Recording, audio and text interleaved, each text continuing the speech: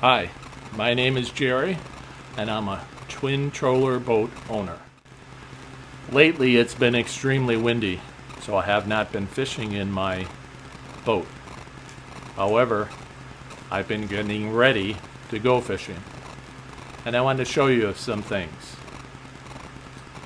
I use almost exclusively braided line on my fishing rods.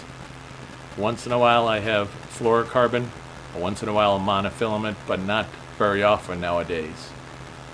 If I use the braided line and need some kind of a leader on the front, I tie on some fluorocarbon. That's what I usually do. Or I'm tied directly to the braided line. Braided line gets, especially in the smaller diameter, can easily get wind knots. As you're casting, the line is so loose, so flexible, that it wraps around itself. That can be a real pain. Now, twisting in the line isn't a major problem, but on a spinning rod, that can contribute to that wind knot phenomenon.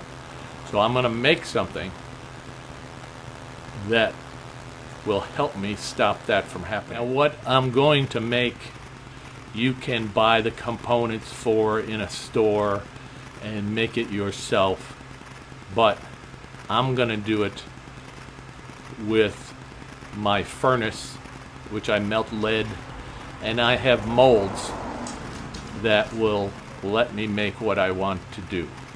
And let me try to show you. Safety is important when you're working around hot molten lead. You need safety equipment.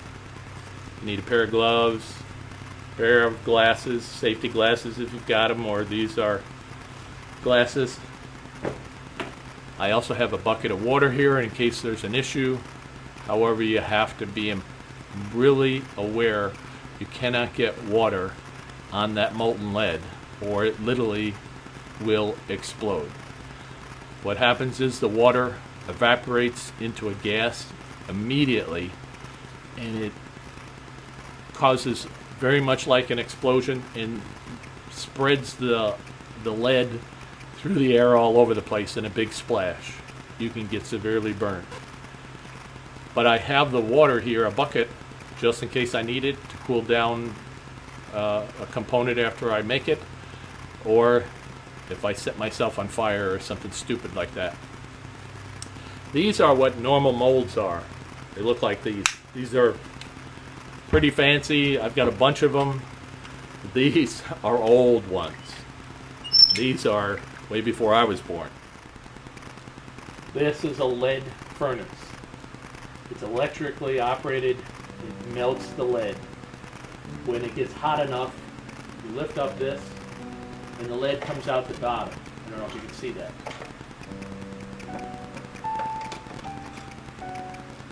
That's molten lead,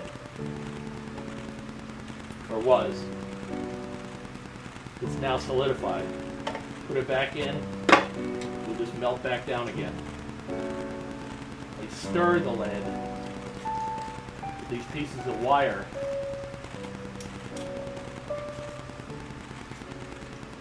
And that makes any kind of impurities that are in the lead actually float to the top. It's called slag. And I draw that off. Use something and get it out. But what I want is it outside of the lead. It's okay that it's going to sit on the top because this is a bottom pour system. You can see the water dripping out the bottom.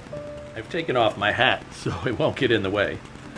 But what you're looking to make is something like this, heavier, but something like this. And this does spin, but not that great. What I want to do is make this in about a half or even 3/4, sometimes even a 1 ounce sinker, and put this barrel swivel so that protrudes from the top. The idea is when I throw this out into the water, and reel it back real fast. The water pushes against the thicker part of the lead, and the line that has twist in it untwists itself as you're reeling it back. So you're going to do that several times. I usually do it 3 times. Throw it out as far as I can, reel it back in as fast as I can, throw it out 3 times.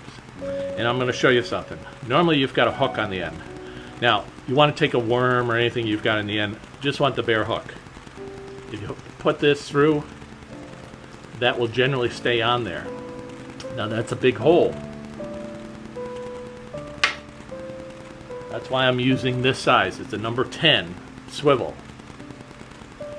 The 10 swivel has a hole on the end that just barely goes over the hook. It'll come on and off pretty easily, but generally if you cast that out, you will not cast the weight off of the hook. It will stay attached. So you can quickly, without having to cut off or retie, all that kind of stuff, slip this on.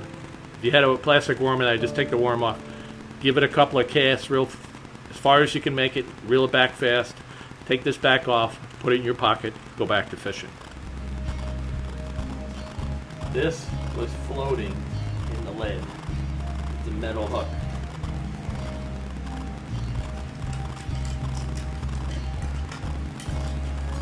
This swivel, metal swivel, was floating in there. That's what happens in lead. Lead is more dense than metal. I'm going to show you some.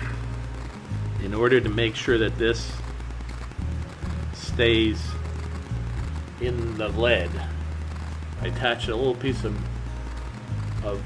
wire to the end of the swivel, so that when the bottom part of the swivel and this piece of wire will be inside the lead, so it doesn't come off. So this is what it looks like. See, the wire with the little loop of the swivel is inside where the lead will be, and this will be sticking out the top.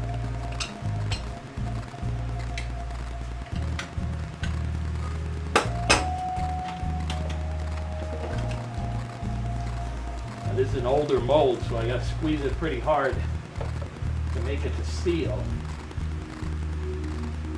The lead is going inside.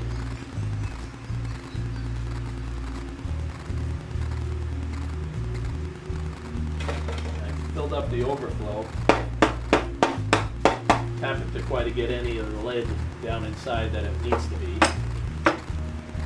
Open it up. This is what it looks like. So I will cut this end off. It will just be that oval shaped hunk of lead with a swivel that will spin on it. Now to cool this off, I drop it in the water. Here's a bunch of them that I've done. Grab hold of the bottom, back and forth, breaks off.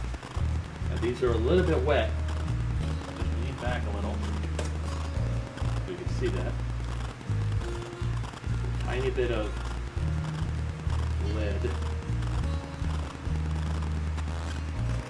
right here. This is what we're trying to do when we get all done.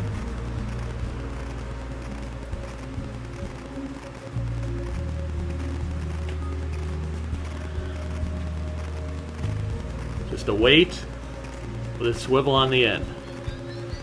You take, when you're realizing that you've got maybe some twist in your braid, you're starting to get wind knots before they get bad. Here's the hook on the end of your line. Put it right through the end. Snaps on. It can't really get off too well. It could get off, but generally it's not. And you just fling it. Fling it as hard as you can, as far as you can. Reel it fast. The water pushing against this as it's coming through the water like this puts some resistance, and this spins. So all the twist that's in the line, this undoes it.